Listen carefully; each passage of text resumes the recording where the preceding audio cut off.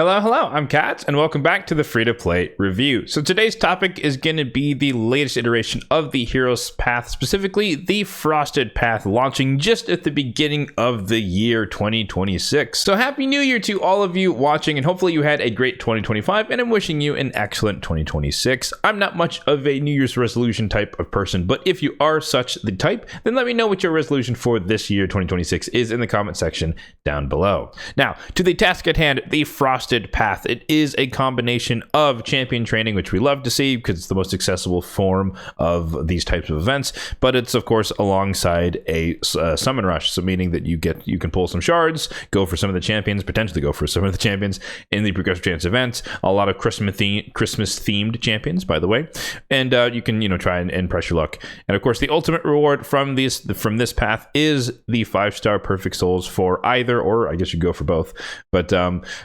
the most recent Christmas fusion, Yukimasa, Demon of Ice, and then the most recent guaranteed champion from the Yuletide deck of fate, that being Hilvi the Rhyme Called. Now, comparing apples to oranges, I do think that Hilvi, with or without Torment, is objectively a better champion, but honestly, if you're keen on Yukimasa and you want to use him for PvP, then the 5-star soul is definitely a lot more potent on him. So it kind of depends on what your needs are for either of the champions, or especially, do you have Torment, do you not have Torment? I think Hilvi obviously benefits from the 5-star blessing as well. Giving her more accuracy allows her to land, or it allows her to strip buffs, or have a better chance at stripping buffs and landing the freeze and the burns, etc.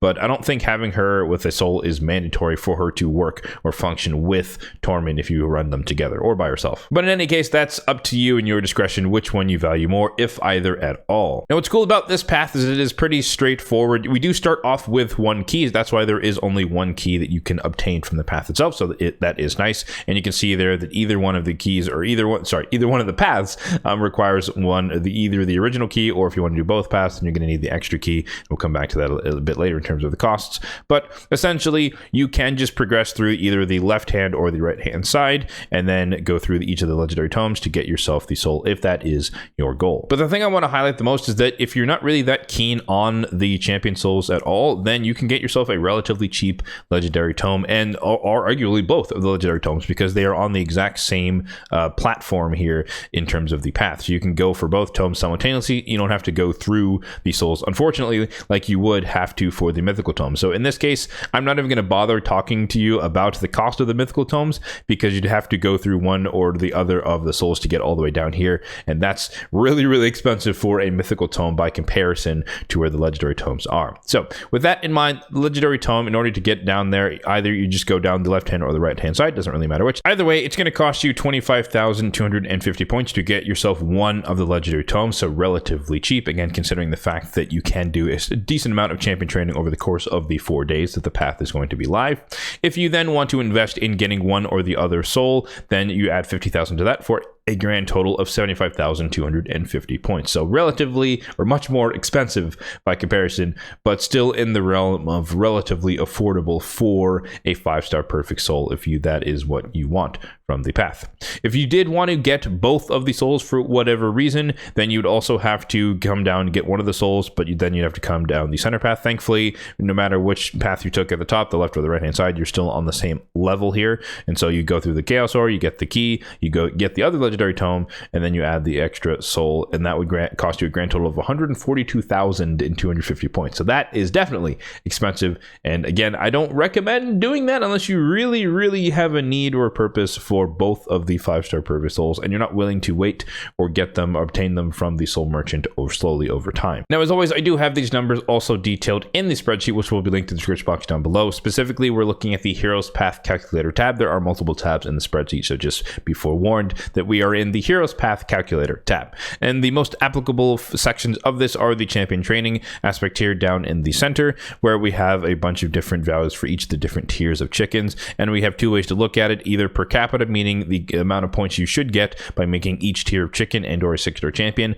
but also we have the cumulative effect, meaning that we're accounting for the fact that you need multiple tiers, multiple of the lower tiers to be fed into the higher tiers to make those tier of chickens as well, and or a 6-star champion. And then we're accounting for a little bit of brewing of these champions as well before feeding them. So as an example, if you did want to just get yourself one of the legendary tomes, then you'd basically just have to make one 6-star champion from scratch, which is relatively doable over the course of 4 days. If you wanted to go the shard pulling route, those values are over here detailed in the Summon Rust section. So you can see about 6 sacreds worth, or the equivalent, in terms of getting legendary tome, which is about on par for where they are in a pretty standard summon rush. Upwards of 17 sacreds just to get yourself one of the souls, either one, and then if you wanted to secure both souls, it would be a whopping 32 sacreds or the equivalent, which again is really expensive. So I don't really think that that is the path that most people will take, but nonetheless, those are the numbers if you want to decide if that's worth it for you. So in terms of my specific plan, I don't put a lot of stock in the 5-star soul for either of these champions. I do like Yukimasa on paper. I think he's going to be decent for like niche PvE content, at least the way I plan to use him, thinking of Centranos, hard mode faction wars type stuff.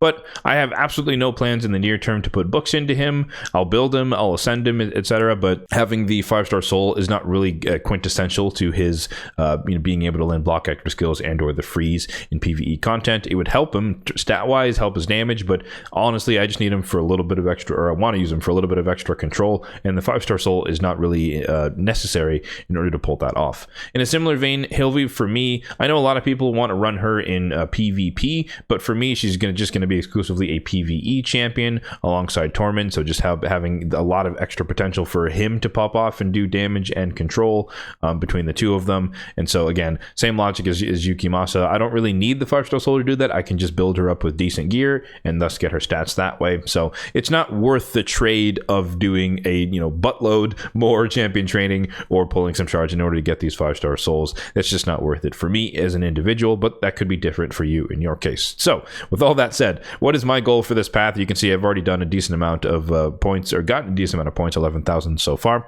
I've been burning a bunch of energy in the campaign, so I've been champion training, and I'm just trying to get both of the legendary tomes. I kind of talked about that a little bit earlier, how they're on the same level, so it's relatively easy to snag both of them once you get all the way down. And so that would be around 35,000-ish points, so I'm about a third of the way already on day one in the first few hours. So we're definitely on track to be able to grab both of the legendary tomes, which is good. And I might go a little bit above and beyond to get this legendary chaos aura as well, because that's just hard to come by. But yeah, in terms of a formal recommendation, the main thing I'd like to point out to you is that you should probably wait until the last day in order to pull your shards, just because you can take advantage as much as possible time-wise of the champion training aspect and get a lot done over the course of 4 days. The progressive chance events are live for the entirety of the weekend starting today, so you don't have to worry about them ending early or switching champions. It's the same champions the entire time, so there's practically no incentive to pull initially on the first day, because you could do a decent amount of champion training and offset the cost of however many shards you would want to invest. So there you have it. That's going to do it for the free-to-play review of the Frosted Path for the first day of 2026. Let me know in the comment section down below, what is your plan related to this path? Are you also going for the legendary tomes? Are you going to full skip this? That could be an option as well if you don't care about anything. You want to save your shards for future fusions or future guarantees or future anything shard pulling events. Are you going for one or both of the souls? Let me know again what your choice is relative to this Frosted Path in the comment section down below. As always, if you did find this video helpful, be sure to hit the like button down below. It really does help out the channel, and feel free to hit the subscribe button down below as well, if and only if you are enjoying the content overall on the channel, for more content just like this one in the future. Thanks for watching and have a good one.